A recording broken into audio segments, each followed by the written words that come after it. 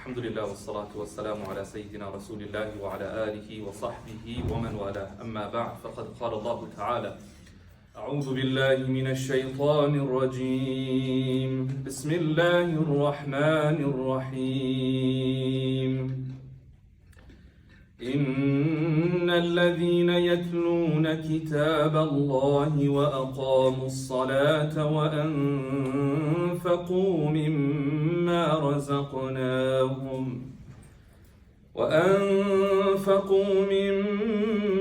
رزقناهم سرا وعلانية يرجون تجارة لن تبور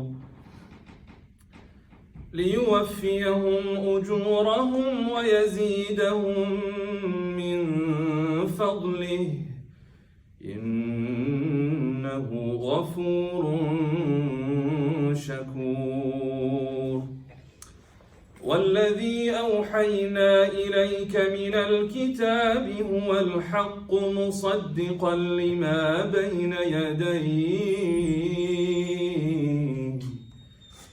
إن الله بعباده لخبير بصير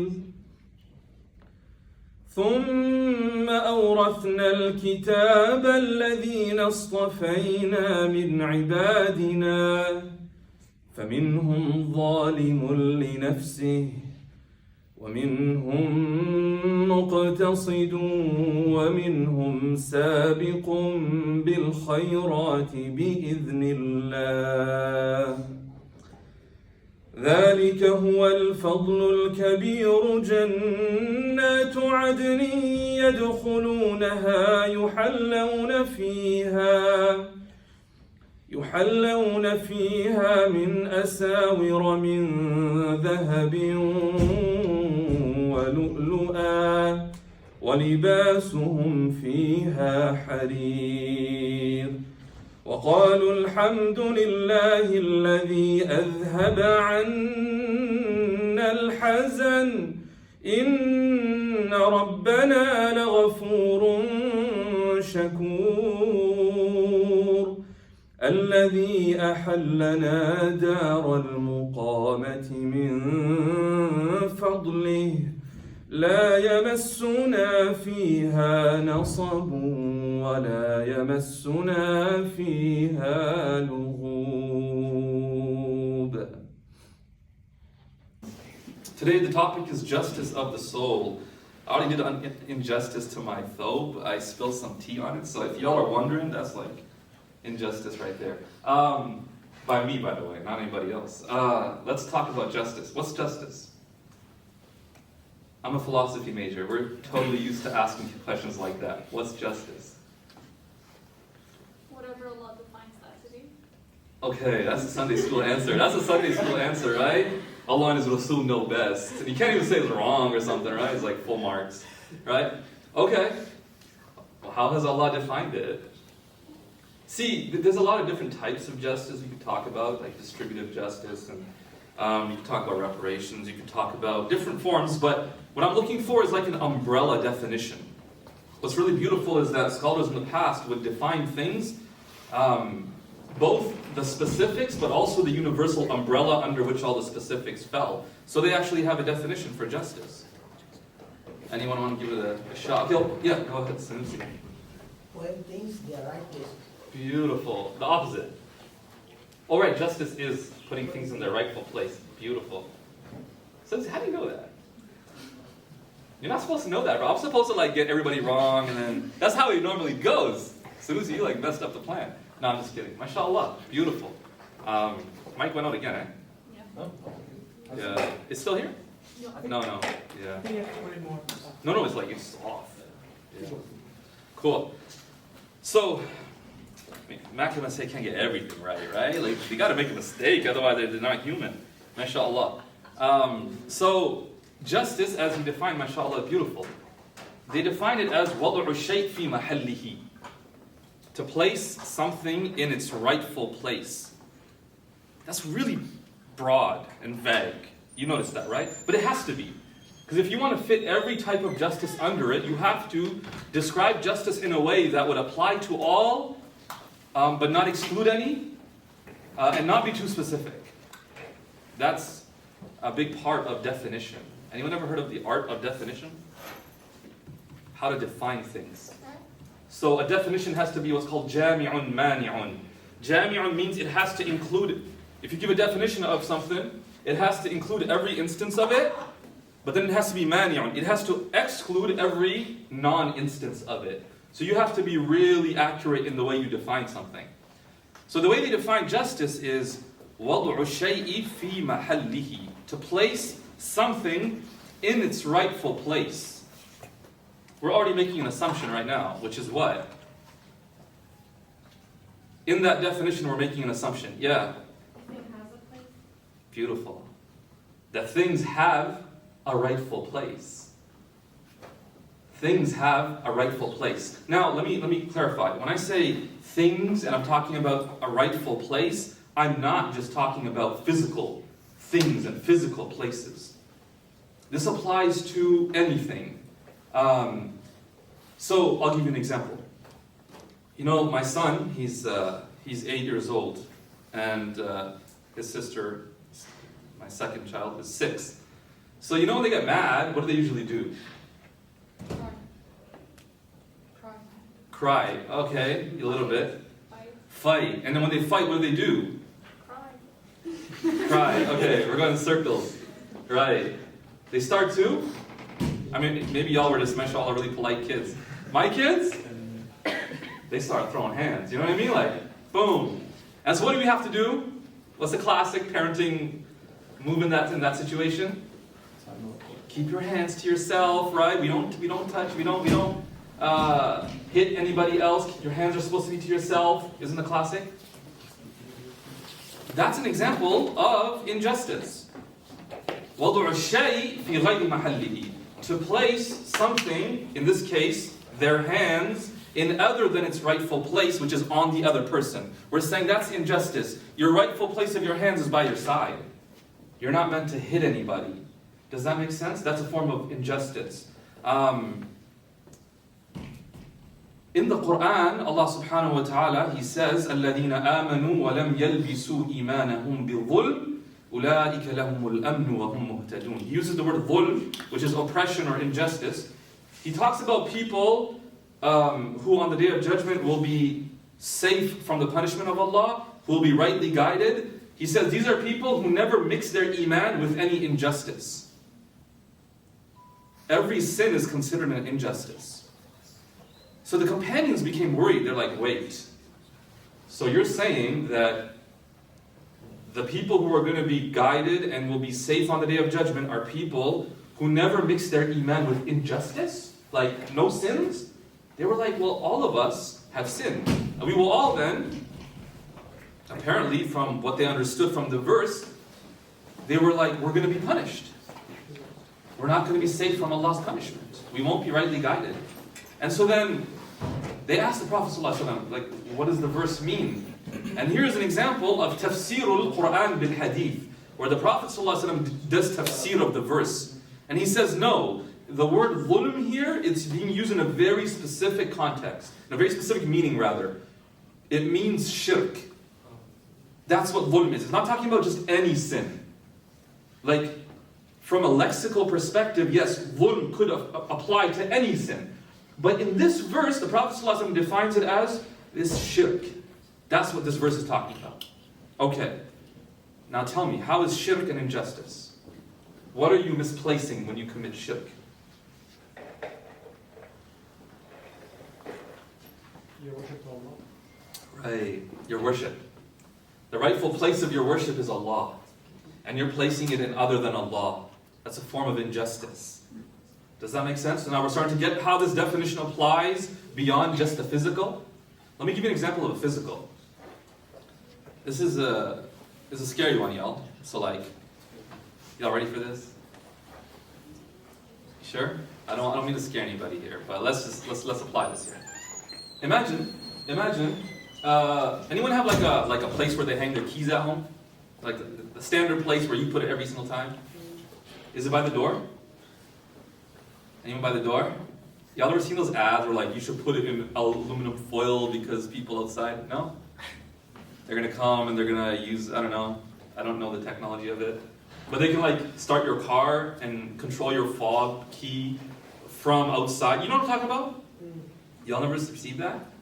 Oh, you're not paranoid like me, huh? I still put my thing by the door, by the way. May Allah forgive me. So let's say one day, let's say you have a spot where you put it, right? And someone in your house comes and moves it. So they use your key to maybe move your car or something. And then afterwards, when they come back inside, they just put it on top of the fridge. Right? What happens to you? You're trying to rush out to get to McMaster. Because McMaster is like driving through Lord of the Rings. You know what I mean? On the way here, I was like, yo, it's just like fields and stuff and Highway 8. And I was like, oh, mashallah, look at y'all. So you go to UW and it's just Highway 8 and it's just city after city. Y'all still get to see like Gandalf walking out in the middle there. You know, it's nice, mashallah, scenery on the way here. So you have to get out early on time. And so what happens? You can't find your keys. How do y'all respond to that? Honesty hour. It's a safe space, guys. You can talk about your rants and your tirades at home. Yeah. You start stressing? Yeah, exactly. You start stressing, right? Or like some of y'all are like, no, we don't stress, mashallah, like, you know. We do breath work. Please, okay? Everybody gets all stressed out. Everybody's like, yo, where are my keys? You start like accusing people, like you did it, like, you know? And you have this moment where you're like touching your pockets and you're like checking there. You're like, I don't know where, let me check my jacket. Classic one, leave it in your jacket, right? Go to your jacket, it's not my jacket. And you have this maybe 1 to 2 minutes until your sibling or whoever comes out and goes, what are y'all stressed about? And you're like, where's my keys? You're like, oh, it's on the fridge. And you're like, oh, it's supposed to be by the door, right? The scholars say this is injustice. This is injustice. Because for you, you have a rightful place that you placed it, where it's expected. And by someone misputting it back in the wrong place, they've caused you a lot of stress. And to distress a believer is a sin. It's a sin. And so you're not supposed to do that. We don't have any roommates here, do we? Because they're about to look at each other and go, I told you, bro, like, put those dishes back, you know? That's not what the lecture's for, eh? Like, don't look at your friend and be like, you know, that's not what this is about. But it's idea of things have a rightful place. And justice is to put them in their rightful place. Okay. Injustice, then, is when you fail to do that.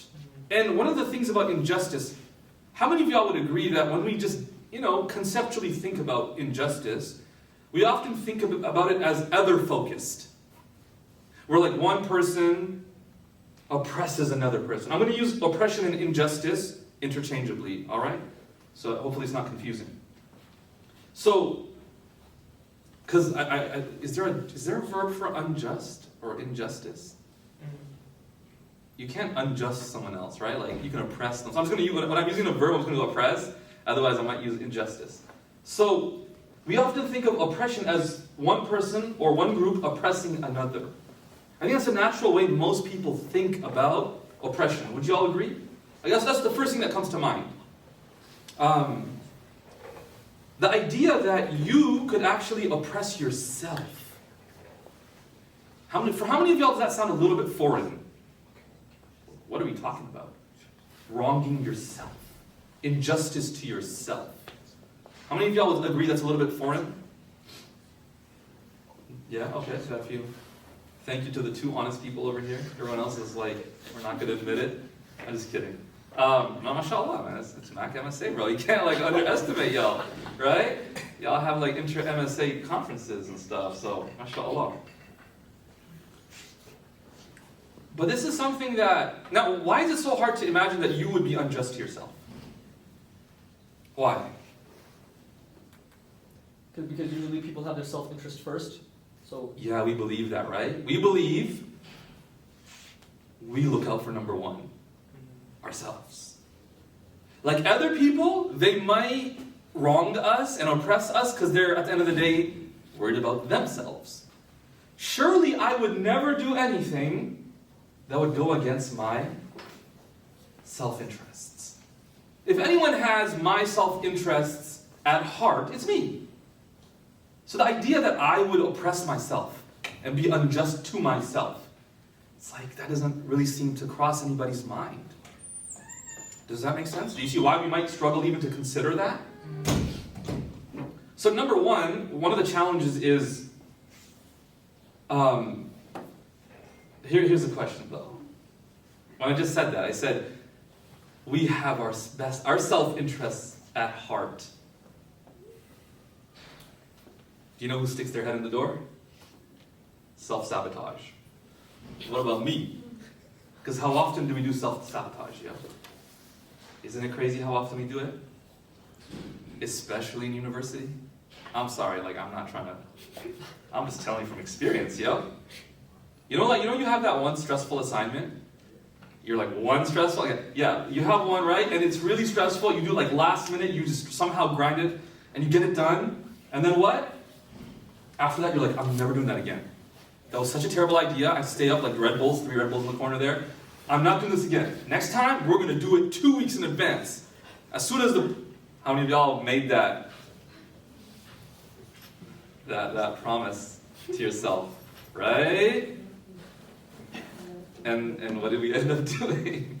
That's why, I actually believe it's actually not a good thing to do well on those last minute ones that you really... You know why? Because it's like validation. It validates what you did. You do so well, you're like, wait, I did so well on one nice effort. You're like, I guess I could do that every time, right? And you just kind of validate it. If you actually do really bad, you might be like, okay, we can't do that again. Because I did so bad. So anyways, we tell ourselves we're going to do it in advance, it's going to be, I'm not going to stress myself out. Then what happens? So we know what our best interest, intellectually we know what our best interest is. But then what happens? Then that friend invites you to boba tea. The night you're supposed to sit down, and they're like, what's that? You have a boba spot around here?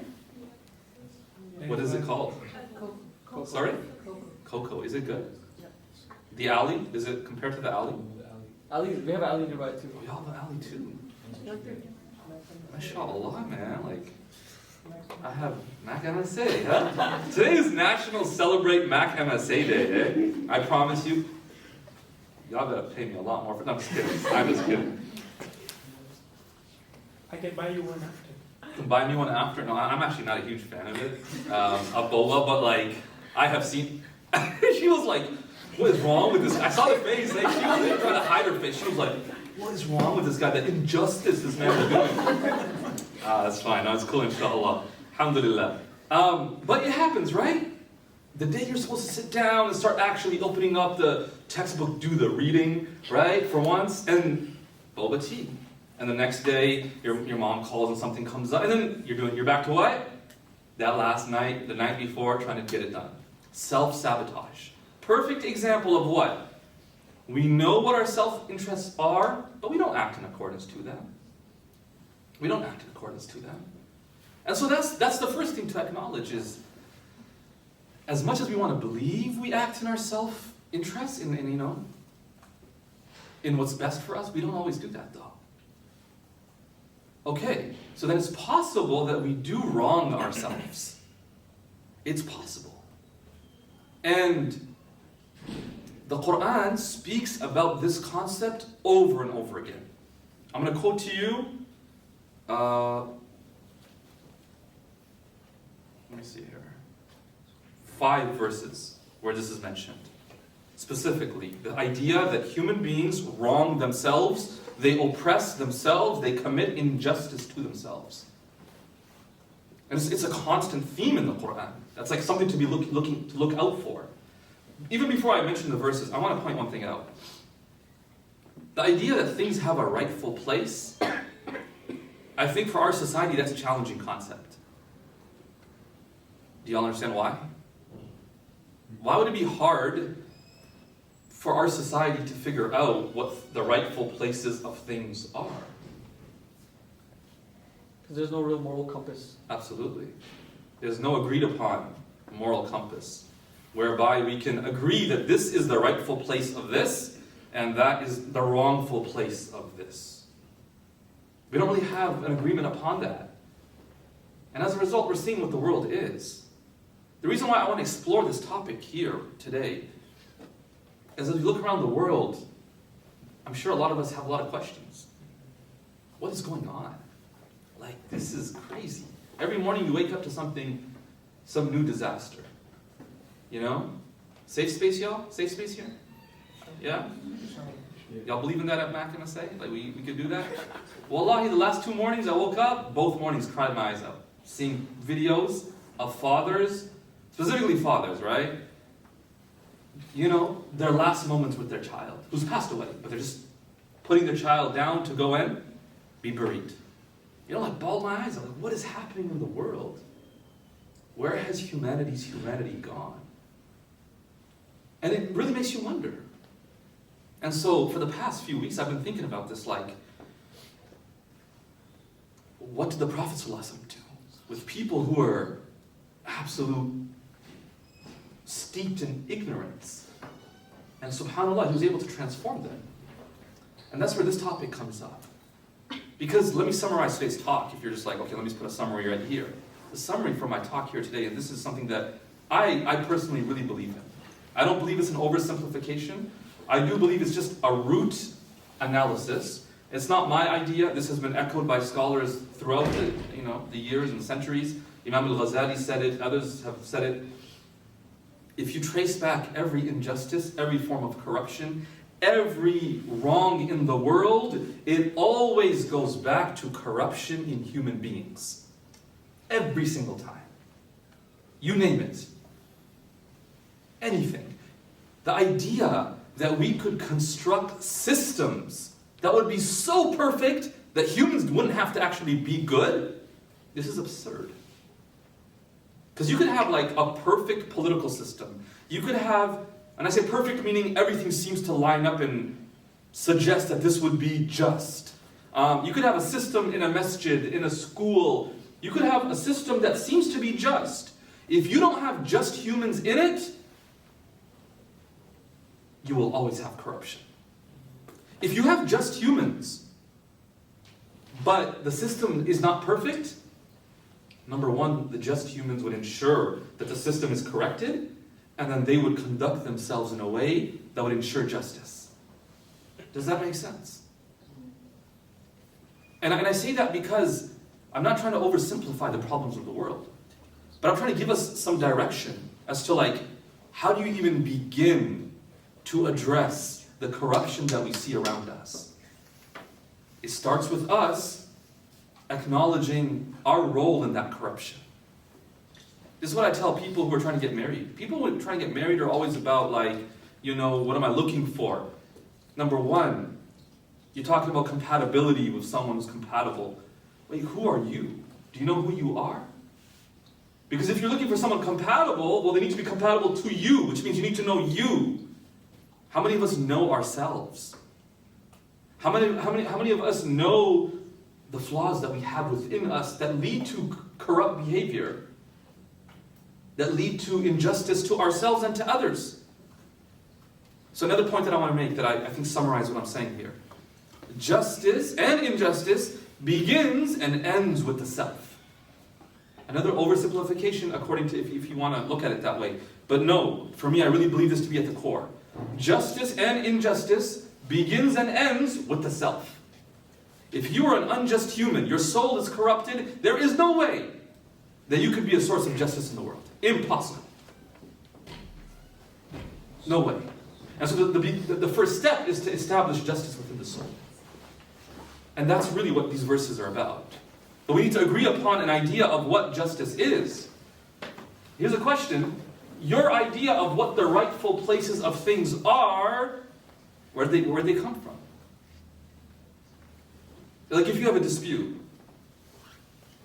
how do you figure out who's right? You're trying to get married, and you have a difference of opinion about how things should play out in the marriage. Well, number one is, where did these ideas come from? The idea that, look, it's just, I want and what you want, and that's how we're going to form this marriage. trying to see if I can get what I want and you get what you want. That's a very humanistic, individualistic way of thinking about it. What happens when what you want changes? See the problems? There has to be a rightful place for every action and for every role. There have to be rights. That's why in Islam we talk about rights. People have rights. Meaning what? That is the rightful behavior towards them. Does that make sense now? This idea of there being rightful places for things in life. And even within yourself. And then when we fail to acknowledge that, we commit injustices. So let me share the verses with you, inshallah. Number 1. Now, I just mentioned that point about it being challenging to find an agreed upon rightful place for things. Hopefully, inshallah, as Muslims, we would somewhat diminish and reduce the amount of confusion around rightful places. But even within Muslims, there's going to be difference of opinion about the rightful place of this and the rightful place of that. Right? And so, there's going to be some differences, but at the core, there has to be some fundamental agreed upon truths. The Qur'an in Surah Al-Baqarah, in verse number 57. Allah subhanahu wa ta'ala at the end of the verse says, وَمَا ظَلَمُونَا. When they committed injustice, when they committed oppression, dhulm, the Arabic word dhulm, Allah says they didn't wrong us. You know, when we sin, we don't wrong Allah in the sense of, we don't harm Him. Allah says, وَلَكِنْ كَانُوا أَنفُسَهُمْ يَظْلِمُونَ. They just used to wrong themselves. Because we can't harm Allah. And so our sins end up harming ourselves. It's an act of injustice against the self. That's the beginning. In another verse, in Surah Yunus, which is in the 44th verse, Allah Ta'ala says, إِنَّ اللَّهَ لَا يَظْلِمُ النَّاسَ شَيْئًا. Allah does not wrong people at all. وَلَكِنَّ النَّاسَ أَنفُسَهُمْ يَظْلِمُونَ. It is they who wrong themselves. It is the people who wrong themselves.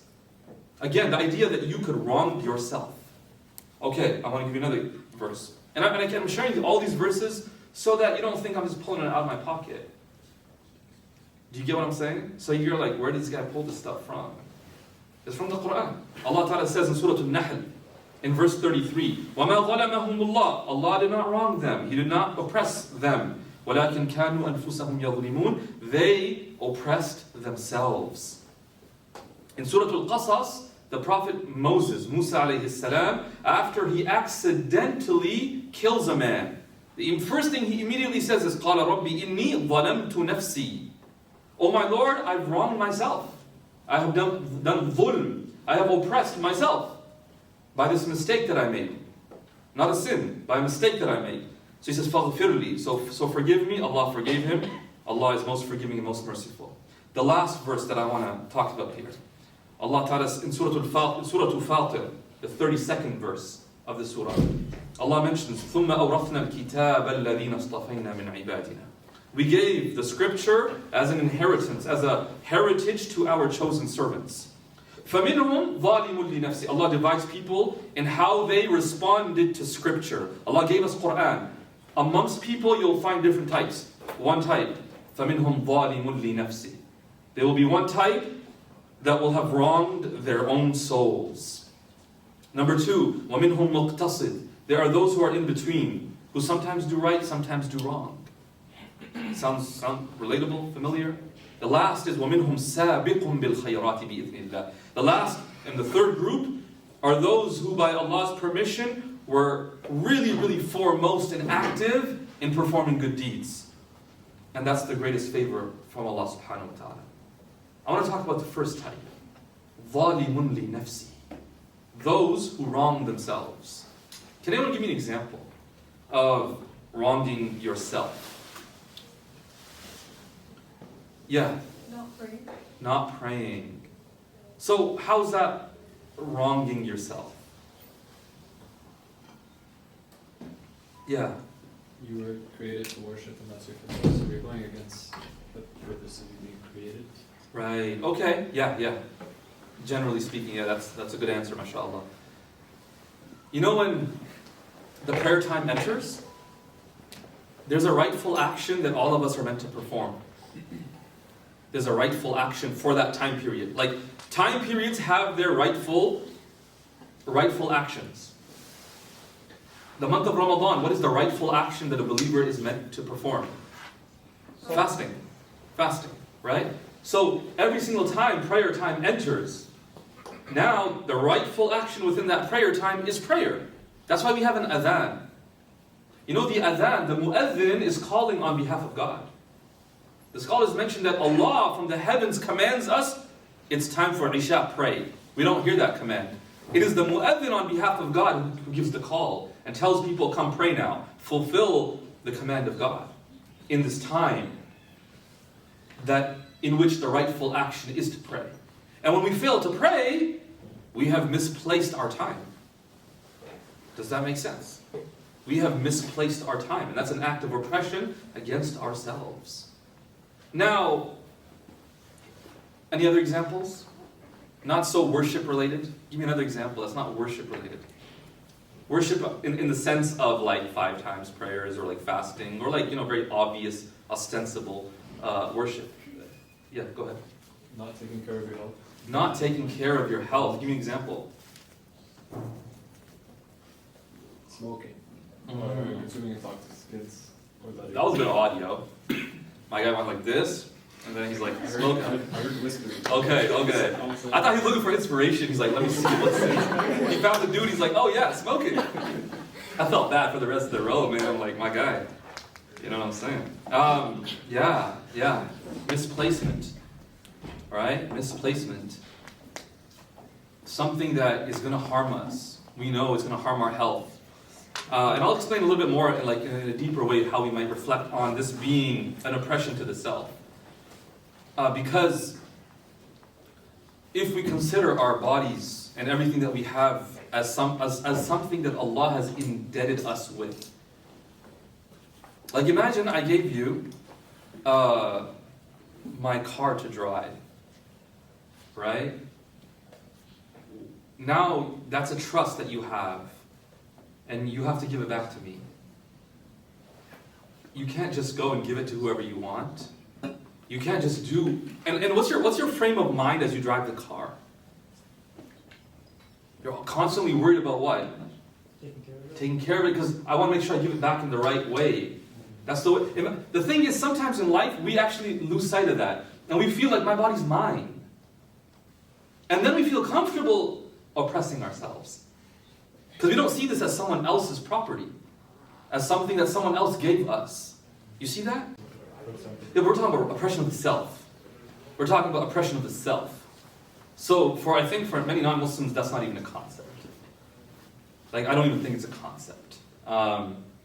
It could be looked at from the perspective of oppressing oneself, because you wronging another might be in a way oppressing yourself, because you know that may lead to consequences from a Muslim perspective in the hereafter or in this world. But assuming you're talking from another perspective. I'm talking mainly like in a way that really doesn't involve anybody else. Okay. You know what I'm saying? Yeah. So self-indulgence? Self-indulgence. Yeah. Example? So like hedonism, like you do things that feel good. It may feel good, but that doesn't make it good. Right. Okay. It's not necessarily It is oppression, though. It could be. It could be. And that's why I'm looking for a specific example that would illustrate that it is. Now, my question is why? Why do we indulge in these things, for example? What leads us to do that? Because it feels good, let's say. That in like people won't do things. What part of you wants to feel good? Self-desire. The desire. Yeah, the nafs. Yeah, exactly. So you were giving me like the object of desire, and I was just looking for the desire. So we're talking the same thing. You know what I'm saying? Yeah, absolutely. How do we think about the nafs? Like, how does the Quran or even Hadith sometimes, scholars when they talk about the nafs, what do they talk about it? Like, how do they frame it? Yeah. It's like, it has aspects that are empty and they need to be like filled. Okay, yeah. There's the description of the nature of the nafs, sure. Yeah. And usually, how we feed our desires. So first of all, like it starts with doubt. and then our doubt slowly starts to turn itself to our desires, and that's when we become that person of like, always we say like nefsek, right? And we keep on feeding our desires until it becomes into like forms into complete. Right, absolutely. That is the process that you're describing, mashallah. With the nafs, it's often described by scholars as the enemy within. The enemy within. It is the self-sabotaging part of you where you know you're not supposed to eat that last slice. But you're like, YOLO. And you eat it. Right? You're not supposed to. But you eat it. Do you get what I'm saying? So, if we fail to acknowledge the enemy within, then it's no surprise that we would end up falling prey to injustice to ourselves. And that's why the scholars spend a lot of time highlighting the nafs, explaining the nafs, trying to highlight the nature of the nafs, the parts of the nafs, so that we could be aware of the way that the nafs sabotages your good intentions and what you know to be correct. Does that make sense? So, one of the things that's I think important to note here is the nafs will reign supreme in the absence of any clear and transcendent purpose. This is why it's a blessing from Allah subhanahu wa ta'ala in the Qur'an to clearly outline our purpose. Because if you don't have a clear purpose, something to really direct your life towards, I mean, this is in motivation theory as well. If you don't have a clear goal and objective in what you're doing, what do you end up doing then? Nothing. Sorry? Nothing. Nothing? Okay, that would actually be a good thing. You just did nothing. But we often don't end up just doing nothing. Yeah. I would say we become a slave to our desires. That's why it requires discipline. Exactly. 100%. Beautiful. We become slaves to our desires. So the Quran talks about أَرَأَيْتَ مَنِ اتَّخَذَ إِلَهَهُ هَوَاهُ. Have you seen the person who's taken their desires as their Lord? How are your desires your Lord? They tell you what to do, and you say, I obey. That's why, like, if you think about it, when do you waste the most time? Someone like, all the time. No, but When you're alone? when you're alone, okay, but it's not necessarily. You could actually be really focused and like locked in. Yeah. When you have a lot of things to do. When you have a lot of things to do, okay, that's possible. That's possible. But like, oftentimes when you have a deadline and you're like grinding, you're actually really focused. You could be really locked in. You know, like before an exam, the last like 2 days, how many of y'all would say like you study really hard on those last 2 days? Usually.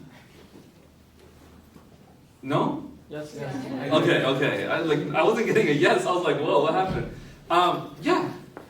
Have you ever thought about? We used to say this. Me and my friends were like, yo, if we studied the whole year the way we study in those 2 last days before an exam, we'd be geniuses, Nobel Prize winners, yo. Like the way that we study in those last 2 days. You know, may Allah forgive us for the rest of the time. What's the reason? Yeah. Well, going back to the original question you had, at least for me personally, it's when I have nothing to do, or more specifically, no one to make sure that I'm on task. Right. Nothing telling me to kind of stay on task. Mm-hmm. Yeah, there's no clear target. It's often in between, you know, like in between things you have to do. So you have a class. You show up a class, hopefully like you pay attention, you take notes, whatever. And then you have like half an hour before the next, I don't know, right? That's usually where a lot of time gets wasted, no?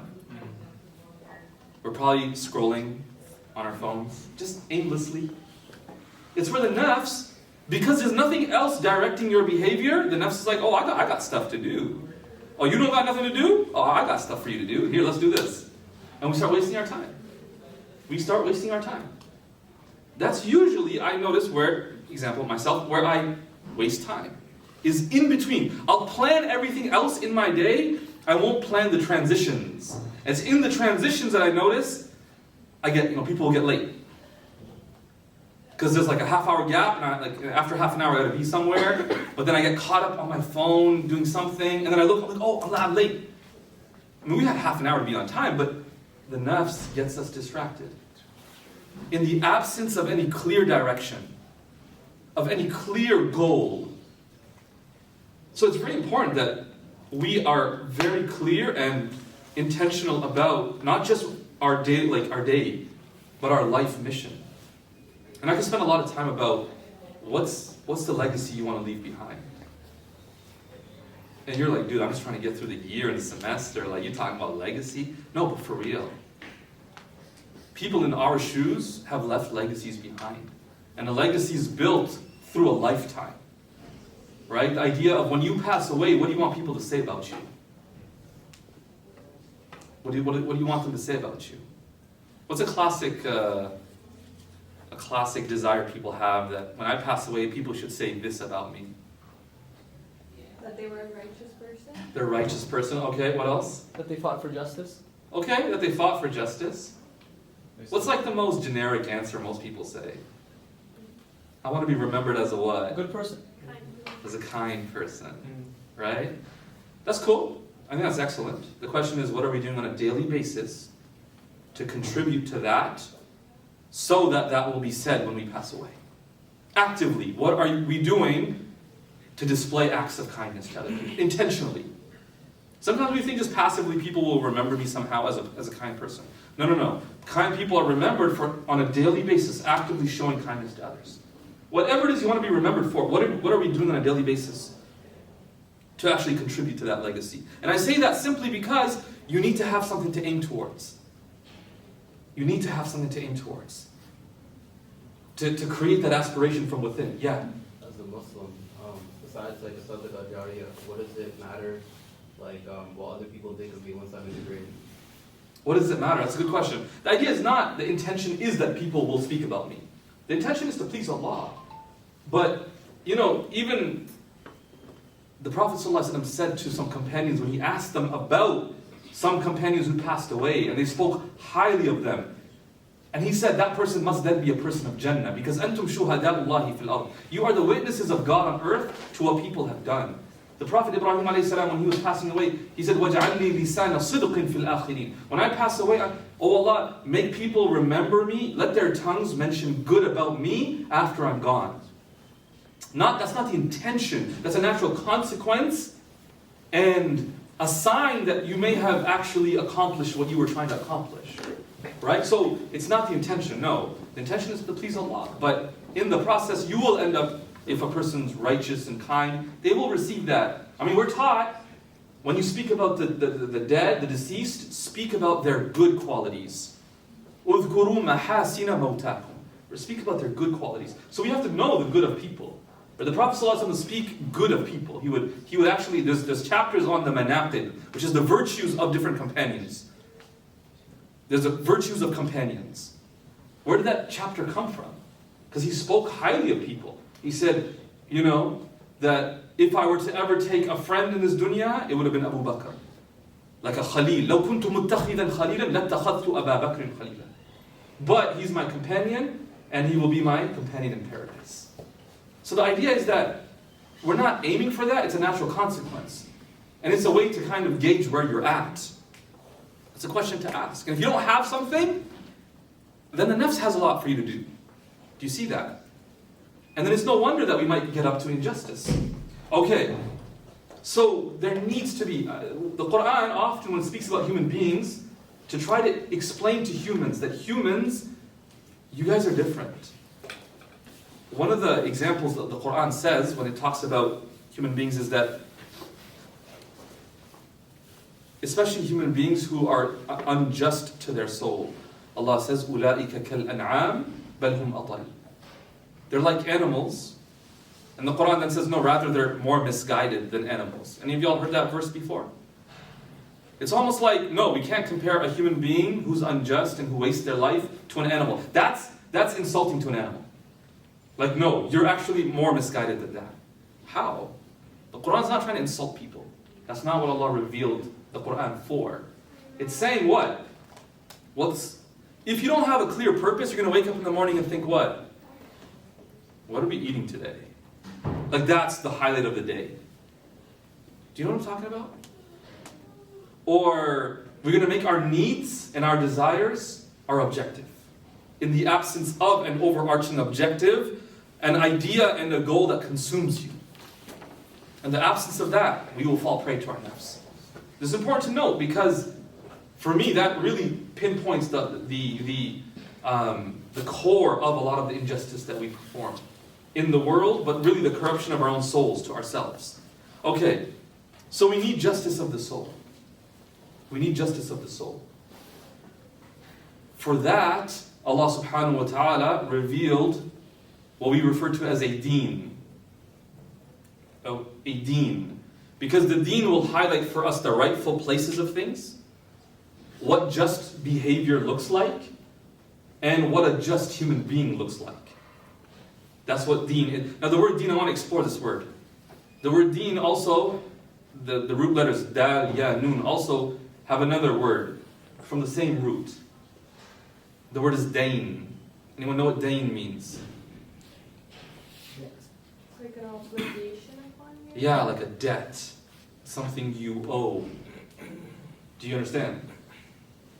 What else does deen mean? How do we translate Maliki Yawmiddin? Master of the day of judgment. Right? Because there's a meaning of judgment within the word deen as well. Now, the deen, because it's a hard word to translate. Deen, in terms of Islam being a deen. What's a common translation of Islam as a deen? Islam is we say religion. It's not exactly, it doesn't encapsulate all the meanings that we could explore here. Here's how we can think about it. Our deen, and all the obligations and the rights that our deen highlights for us, these are all debts that we owe either to God or to creation. Because the idea is deen is related, it's a debt. Allah has put us in this world, He's given us the rightful places of things. Here's what you need to do. Here's how you treat that person. Here's what you owe to God. Here's what you owe to that person. Here's how you ought to behave with that person. Here's how you ought to behave towards your kids. The deen will outline all of that and say, this is what you owe to people. And so the human being walks on the earth with a sense of indebtedness. I owe this to people. I'm not doing people a favor. I owe this. I'm not doing God a favor. I owe this. Okay, let's examine a little bit about what happens when you give debts to people. You have someone who's the creditor and you have the one who's indebted. If I give someone a debt, what do I need to do now? We need to have an agreement upon what? A time to return. A time to return it. So what else? The amount to return. The amount to return. Right? What you're going to do with it in the meantime. So there's some laws that surround that relationship of indebtedness. What happens if the guy fails to pay? Consequences based on the contract. Yeah, and the consequences usually are what? So if you have laws, you have to have law enforcement that gets in the picture and says, hey, you owe that person that. You need to pay up. And if you got a dispute, you come before a judge. In Arabic, for every one of these words, you have a word related to the word dayanu. A judge is known as a dayyan. A dayyan. That's why one of Allah's names is ad-dayyan, al-malikud dayyan, the judge. So a dayyan stands and judges between people who might be disputing over what they owe each other. You understand? You have laws. What do you call a city?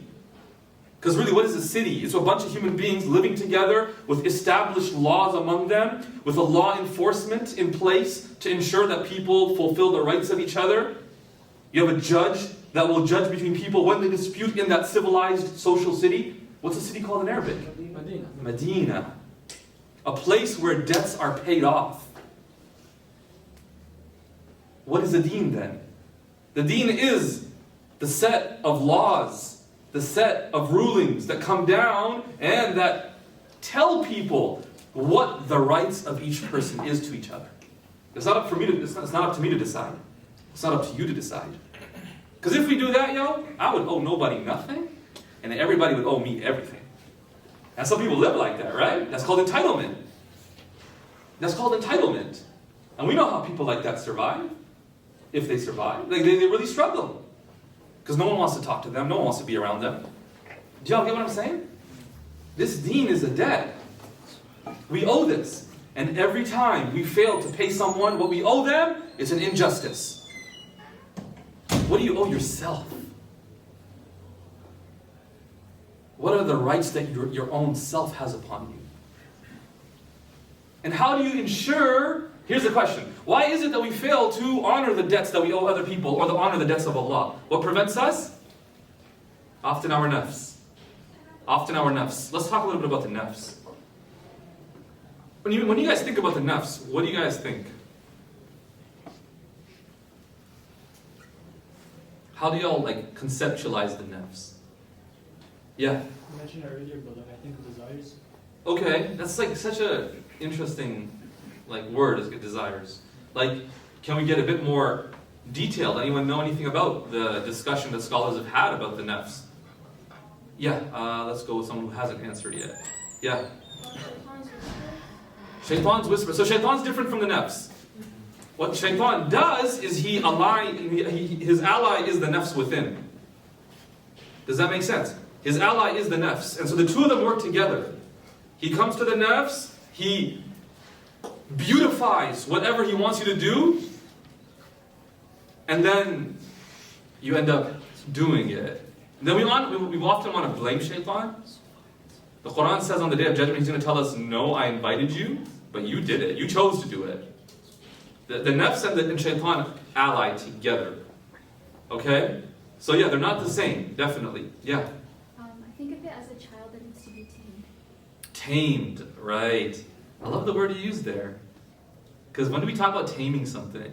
When it's a beast. It's a beast.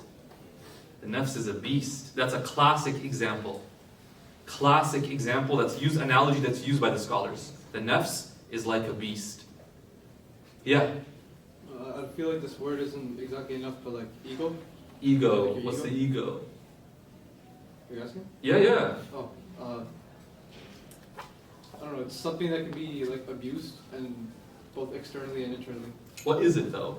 Ego, it just means self in Latin. That's why I said it's not going to be enough. Okay. That was a good disclaimer, man. You know what I'm saying? Yeah. It's like a monster inside of you. Whoa. Okay. The monster within. Okay. Yeah.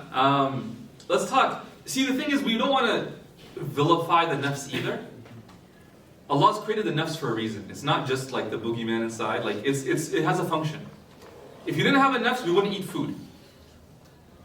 If we didn't have nafs, we wouldn't desire, a partner in life to then continue the human, progeny, have progeny.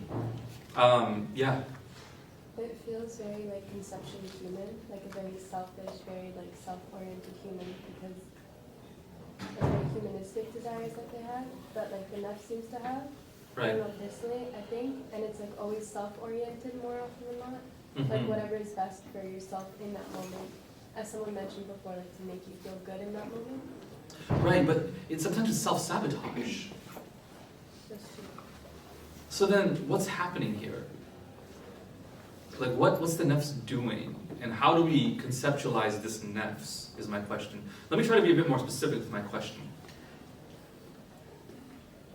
If we all have a nafs within us, look, if I ask y'all, this is what I find really fascinating.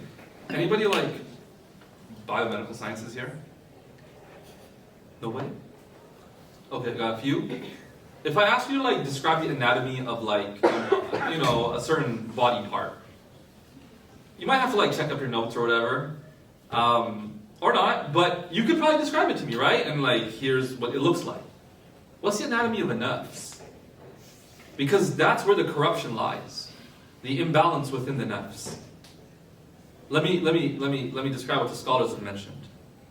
The scholars, and this is I don't want to go on a tangent, but this is where the Quran does not define what the nafs is in terms of it has this part and that part and that part and that part. The Prophet ﷺ also did not define it in that way.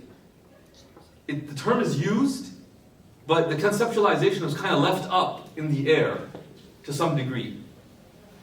Which is why later scholars, when they tried to conceptualize it, they drew upon others.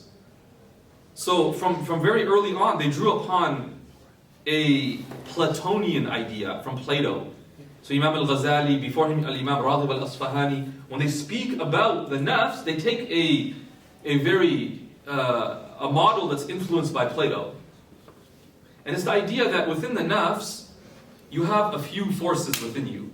One is known as the appetitive faculty, quwwatu shahwa. This is the part of you that constantly desires things. It desires food, it desires to drink stuff, it desires, the opposite gender, it desires things. This is the power of desire, of shahwa. This is usually what we talk about when we say the nafs, the thing that desires a lot. But then there's another force that we have, is quwwatul ghadab, which is translated in fancy English as the irascible faculty. To put it in simpler language, it would be the faculty of aggression. You want to see a nafs? You look at a 2-year-old child. No, and you might be like, are you insulting children? No. Because what actually is able to tame the child or tame the nafs? It's when a person has, number one, disciplined the nafs, but really has given power to what? To the soul, the spirit, the ruh of a person, through the avenue of the intellect. So that's where you do what you know needs to be done, not what you feel like doing. Where what you do is guided by or informed by what you know needs to be done, not what feels like you want, like being done. That's where you know now that your intellect is reigning supreme here. Yeah. Can you also say that the nafs is there to test those who have sabr? Because giving into the nafs is like giving into short-term pleasure. 100%. 100%. The nafs is part of what, puts us through the test of life. Because it's the source of all of our evil traits. The greed, the desire. We have desire for wealth. It comes from the nafs. Now, I hope you can start to see where injustice will arise from now. A nafs, let's give an example. Let me give you an example to clarify about that kid thing. Because you're like, well, I can't believe you said that. No, the scholars give the example of the nafs being like a child. The reason is the child's brain development is still in its very early stages. As a result, it's literally not able to self-regulate. The prefrontal cortex is not developed. The ability to then regulate the desires for the child is very hard. That's why children throw tantrums. Our nafs will throw tantrums as well. We're just a lot more sophisticated in how we allow it to manifest. Do you understand what I'm saying as adults? So a child will give you an example of the child wants something and that's all the child sees. I want this. And we try to explain to the child why it's not good for them. They don't get it. They don't understand that. They just see this thing that I wanted. And that's usually their reasoning. You ask them, why do you want to do that? Oh, because I want it. Why do you want it? Oh, because it looks nice. There's no is this good for me? Is this bad for me? It's just, and that's why a lot of children will eat candy when they shouldn't eat candy, and they'll do things they shouldn't do. And then what happens when you don't give a child what they want? Especially when they're 2 years old. They'll throw a temper tantrum. You ever felt your nafs throw a temper tantrum?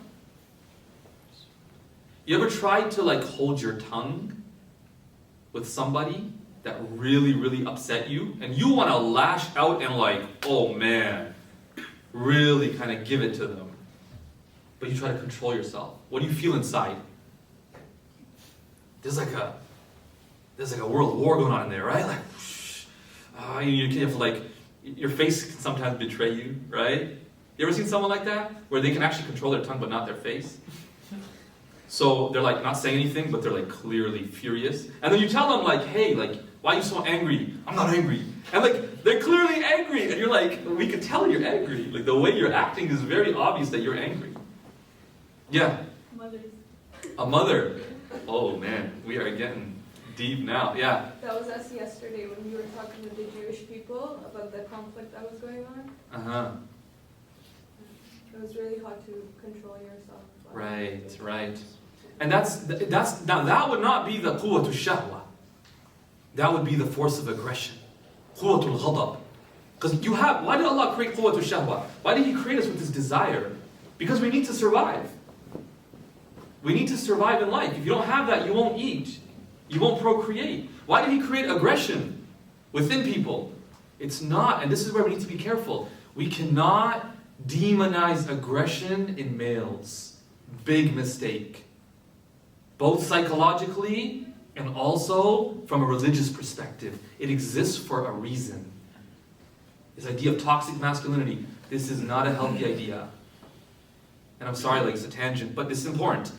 Allah created the aggression within a human being for a purpose, which is to stand up to injustice. See, when does a person become angry? When they feel wronged. We draw boundaries of what we think is acceptable behavior towards ourselves and what's unacceptable. When someone crosses the boundary, that's what triggers quwwatul ghadab, the force of aggression within you. So when you see someone angry, they feel they've been wronged. Here's the problem. What happens with someone who is really not like narcissist or very proud and arrogant? They draw their boundary super wide. Do you understand that? So that's why any little thing can trigger their anger. Their boundaries like all the way over there, like you're not allowed to look me in the eyes, right? They include that in the boundary. So when someone looks them in the eyes, like, excuse me, how could you do that? Meanwhile, someone else is like, bro, that's not a big deal. But in their mind, that's where they've drawn the boundary of what is acceptable behavior. This is why someone who doesn't have boundaries, they become, and I'm not trying to put anybody down because there could be many psychological reasons underlying that, but it's like, just to use an analogy, they get walked all over. And people are telling them like, hey, like you shouldn't accept that. Like that's not right. And they don't get angry. Because you draw boundaries. Right? You draw boundaries to protect yourself. Remember, and if you don't feel there's something worth protecting, you will not draw boundaries. If there's nothing of value within, you don't protect it. You don't draw boundaries. Part of the reason why you may not be drawing boundaries in your life on yourself, you allow yourself to cross your own boundaries by failing to live up to the promises you make to yourself. Maybe you don't feel like you are worth protecting and setting boundaries for and respecting. So self-esteem is deeply related to one's spirituality, by the way. Self-esteem is deeply related to spirituality. We don't have that conversation, unfortunately, in the Muslim community, but we need to. The point I'm making is this, though. So that's where anger comes about, right? When someone says something, does something, we think that they've wronged us or they've wronged something in the world, we become angry. And then to hold your tongue and allow your intellect to speak is very challenging. Because justice would involve correcting the wrong. Revenge is a slightly different concept here. Revenge is, I want to pacify my anger. So my behavior towards you now is going to be rooted in pacifying my anger. You wronged me and I want to wrong you back. The believer doesn't want to wrong someone. They want to establish justice that might involve correcting the other person's behavior. There's a distinction here. Because revenge can easily cross the boundaries. Why do I say this? I say this in a time as Muslims where we have a lot of anger. You know, a common sentiment we hear right now is, how could a people, who historically may have been wronged and oppressed, turn out to be the oppressors?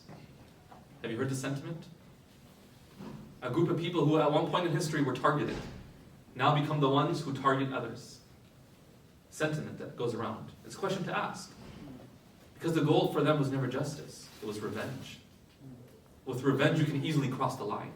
Because who knows how much it takes to pacify your anger. The believer always seeks justice, not revenge. That's really hard. Because to ensure that you are just, you do what? You have to control the forces within you that seek to, be fed and be pacified. Does this make sense now? How so many of our behaviors are informed and influenced by what? The chaos within ourselves. Yeah, go ahead. But doesn't the believer know that those people will, revenge will come even if it's not them doing that, like the day of judgment? So the believer does want that. They just know that they're not the one inflicting. Yeah, so you could desire it in your heart. But the intention always has to be, it's like should I give you a personal one? As a parent. You know when a child does something, and you have to discipline the child? I believe in that, by the way. If we had any gentle parenting fans here, I'm sorry. But we believe in it. If you have to discipline the child, what, and many of us will have experienced otherwise. Have you ever seen a parent, we won't say whose parent, is a parent, punish, and you deeply suspected that it was to actually just make themselves feel better and to pacify their anger? Do you know what I'm talking about? There's a clear difference between disciplining the child with the intention of the child's learning from their mistake. And there's a difference between that and what? And a parent letting out their rage and anger that was triggered by a certain behavior. The one act requires justice, because discipline means to teach, a disciple, to teach your child. That's the goal of discipline. It's not to inflict punishment or harm. It's to teach. It has to be the intention. And you as a parent know why you're doing it. Are you doing it out of like revenge? Oh, you did this to me and it hurt, like you ran into me and you bumped me and I'm so angry, now I'm going to punish you? That's revenge. That's not parenting. That's not discipline. That's revenge. You see the difference there? That's revenge. It's rooted in a desire to just get equal and harm the other person so it makes you feel better. A parent who has justice within their soul pauses and does not lash out on the basis of that pain. But they pause and say, why did my child do this? What was the mistake they made? And how do I get them to understand that mistake so they don't repeat it? The reaction will be very different. Does this make sense? The idea of revenge and justice? Yeah, someone has their hand up at the back. I'm going to stop here, by the way, guys. Just Yeah. going off your point, Yeah. I have a question because if, say, a parent was disciplining their child, Mm-hmm. wouldn't you say, like, to an extent, like, intent negates impact? So at some point, the parent could assume that what they're doing is for the child, but they are, like, the impact does overthrow intent at some point? Because I could intend to discipline my child, but then I could cause them, like, psychological damage with that discipline. Absolutely. So Absolutely. what do you say in that sense? Because although I do see your point, like revenge, so justice is essentially restorative of peace, whereas revenge, it's not giving peace to yourself or the other person. It's like kind of harboring hatred. So what would you do in a sense where the parent, they are intending to do good by their child, but again, like I said, intent doesn't negate impact. Exactly. That's why we have an objective standard of what is rightful, example, discipline. We're taught you don't ever harm your child physically. The goal is never to harm them, right? And that's where you have to have emotional intelligence as a parent too. So the first question usually for parents has to be, why did you do that? Like, what actually went wrong? So you're seeking to understand, even before you now begin to make a decision on what you want to do about it. And you have to do the best you can, right?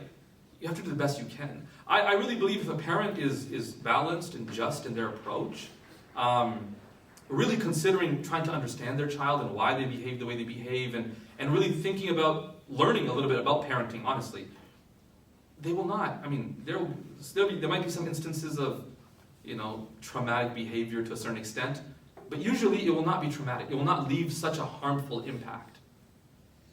So that's the goal. Does that make sense? There's no guarantees. There's no guarantees in anything, if we're honest about that. But you can do the best you can to mitigate the harmful effects. And I'm really trying to pinpoint what's the root of the behavior. For a lot of parents, for example, the root is revenge and pain, like anger. You cannot discipline from anger. Discipline must come from an idea of teaching. Teaching the child, getting them to understand their mistake, getting them to make a plan how to not repeat that mistake. Does that make sense? And if we're honest with ourselves, we'll notice many instances where we actually are acting from anger and not from a desire for justice. Because the anger within us is so powerful. It's so riled up. Does that make sense a little bit, what I'm trying to say? Yeah, I think, correct me if I'm wrong, I think that if the outcome is positive afterward, then your intent aligns with the action, so the beginning is going to be... It's going to be hard to gauge, though, the outcome is positive. Right? Because you won't know in the moment, necessarily. down the line, we might see certain things turn out a certain way, but because a parent would say, hey, I really, really disciplined my kid really badly, harshly, and they started doing the right thing. They think it's a good thing. It's like, no, 10 years from now, we'll see the effects of your parenting. So the outcome's not always obvious. At least you can do your best to approach it in the right method and from the right place. That's not rooted in injustice and chaos of the soul. But you are a person who has established justice and control and, you could say, an equilibrium within your soul. And as a result, all the behaviors that, manifest from that soul are behaviors that are balanced, measured, and just. That's the goal. Does that make sense? Okay, so my talk is done here. It's not done, but I'm going to stop here, inshallah. Are you willing to take questions? I could take Just take 2 questions, inshallah. Sure, yeah. Bismillah. Go ahead. Not really a question, but isn't that what seems to be seen within our society? I completely forgot that lack of discipline, because they usually tend to justify themselves using this statement that, oh, as a parent, you have full authority over the child, And that what seems to, when she was talking about the outcome, the negative outcome that we usually happen to see, that's where it kind of builds off of, Right. I think that statement, however, it's framed a little bit slightly flawed. We owe rights to our children. They have rights upon us. We are indebted. Remember that idea of being in debt? And so I'm not acting from a place of superiority or authority where I get to decide. No. They have rights upon me. How do I fulfill those rights? And I fulfill them in a way that's best for them, not for me, not for soothing my ego or my desires. This is very hard. Most parents want to do that. I genuinely believe most parents want to do that. If you ask them deep down, yeah, I want the best for my child. They just don't possess justice of the soul enough to then actually, in the moment, display those behaviors that would be in line with what's best for the child. They lack the self-control and self-discipline, and they allow the force of aggression, for example, to act out. Does that make sense? And if you start to see, you view relationships from that light. What do I owe this person? Wow, that's a very different way of thinking. To what can I get from this child? Or what can I get from that person? It's what can I give them? What do I owe them? And I'll know what I owe them by what Allah defines as the rights of other people. Does that make sense? And then the Prophet ﷺ, that's where the second half of my lecture, which I didn't even touch upon, is okay. Now we have some idea about what justice of the soul looks like. Let's look at the Prophet's life. He showed us through his behaviors what a just human being looks like. And never did he hit his kids. Ever. This is established. Never did he hit his kids. This is not good practice for Muslims. Does that make sense? This is especially not good practice for religious teachers, Quran teachers. May Allah forgive those who do that. And in the process, now I say this because I have to deal with a lot of the trauma of people. I don't know how many people I can tell you right now that I'm talking to that are dealing with the religious trauma they experienced when they were younger from Quran teachers. Whether it was sexual abuse, whether it was physical abuse, whether it was emotional and psychological abuse.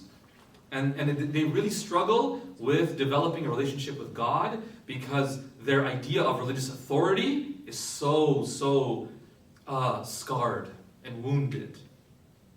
And it's a long process of healing. So, justice of the soul. You see that?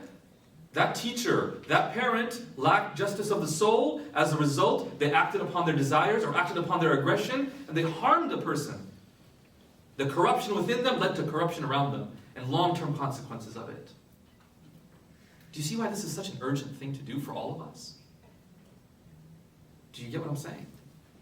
I was talking to someone who was getting married recently. I'm sorry, I know you have a question, but they were just getting married. You know what they told me? They go, I'm really worried, they said. I said, why? What's up? They were like, because this person doesn't know my craziness yet. I was like, what do you mean? They're like, in the process of getting to know them, I've been obviously very civilized and very, adultish. They're like, oh, my family at home, they've seen the real me. What happens when the real me comes out in front of him? I was like, listen, that's why you gotta make an effort on the real you. Do you get what I'm saying though? The idea that for many of us, we think like what? If I can publicly uphold a certain image, I'm a good person. You ever seen that? Where people appear publicly to be good people, they think they have justice of the soul? No. Justice of the soul is not, it's really not displayed with people who, number one, you consider your equals. Where do you see justice of the soul truly?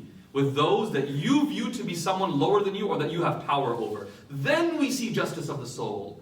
And that's why we say power corrupts. It's that what? It corrupts because the soul is corrupt. And give it power, and then you'll see the corruption. The Prophet ﷺ had a lot of power. Never abused that power. Never abused it. Why? What happened to power corrupts? But because he had a soul that was the most just of souls. And as a result, everything that would come from it would be just. Does that make sense? If you want to use like psychological terms for this, which is related, it's not exactly the same thing, but it's related. It's like, you ever heard of the term inner work? There's a lot of inner work that we need, guys, all of us. And I could talk a lot about this topic. This is my passion. This is like my life mission here, is to get people to understand the importance of this. I say that as somebody who was a terrible human being growing up. And I'm not trying to be humble or like, oh yeah, days of Jahiliyyah kind of thing. No, I was a terrible person. And I'm not proud of it at all. When I was in high school, I sometimes tell my wife, I'm like, dude, if I continue that path, just who I was becoming, like I was failing classes in grade 10. My parents were like, what happened to you? You're failing auto. Auto class? I failed auto class. Mr. Moore, Maliha, I failed that. It was embarrassing. Like, how are you going to fail auto, dude? I was a terrible person. I was the youngest child. So I do kind of believe the idea of the youngest child. My family called me golden boy. You are just spoiled. They still sometimes call me that. But that's just like, I think I just hate now, you know what I'm saying? That's stuff for I'm just kidding. They're probably right. But the point I'm making is what? That this is something that I'm very passionate about. So the lecture, if I continued it, would have gone into the life of the Prophet ﷺ. And then we could actually talk a lot about what does inner work look like. How do you even begin to do this? To establish the justice within your soul and begin to identify the injustice. And you never ever get to a point where you're finally just. You've never become, it's always a process of becoming. Yeah, so I think someone else had a question though. I want to take it, we got like 3 minutes. Go for it. We had a good conversation, inshallah, about the nafs, and there was a lot of examples about babies and kids and beasts and animals. And there's an Arabic poem that compares the nafs to a baby that's being suckled. وَالنَّفْسُ كَالطِّفْلِ إِن تُهْمِلْهُ شَبَّ عَلَى حُبِّ الرَّضَاعِ وَإِن تَفْتِنْهُ يَنْفَطِمْ. Yes, exactly. I didn't quote it. There's a reason. Exactly, yeah. Exactly. The point is that in that poem they talk about the nafs being tamed, which we didn't get into. Is that something that can happen? Can you restrain it or tame it or train it as if it's a child or an animal? 100%. Absolutely you can. وَإِن تَفْتِنْهُ يَنْفَطِمْ is that line there, right? One point he makes before that, the line before that, فَلَا تَرُمْ بِالْمَعَاصِي كَسْرَ شَهْوَتِهَا إِنَّ الطَّعَامَ يُقَوِّي شَهْوَةَ النَّهِيمِ. He says, don't think that by feeding the nafs and satisfying it, you'll end its desires. You ever did that? You're about to start your diet tomorrow. You're like, okay, so I can just eat like really unhealthy right now, and tomorrow I'm gonna start my diet. But you eat unhealthy, you wake up in the morning, you feel terrible, your motivation's down, and it's another day of, I'll start tomorrow. You thought that by giving your nafs all the unhealthy, it would be satisfied. Okay, I'm done with unhealthy, now I'm actually going to desire healthy. Never happens. You don't satisfy and break the desire by feeding it. He says, feeding only strengthens. So anyways, the idea is you have to actually wean it. Just like you wean a child of behaviors. And what does a child do when they're being weaned? Ooh, I got 3 kids, yo. It's not pleasant. So yeah, there's a lot of discussion about that. Yeah. Side question, do you have any books on this? Yeah, there's quite a few. Plug your Instagram. Top three. Sorry? Plug your Instagram. Why? So that you can Top find 3 stuff. books. No, top 3. Oh man. No. A good.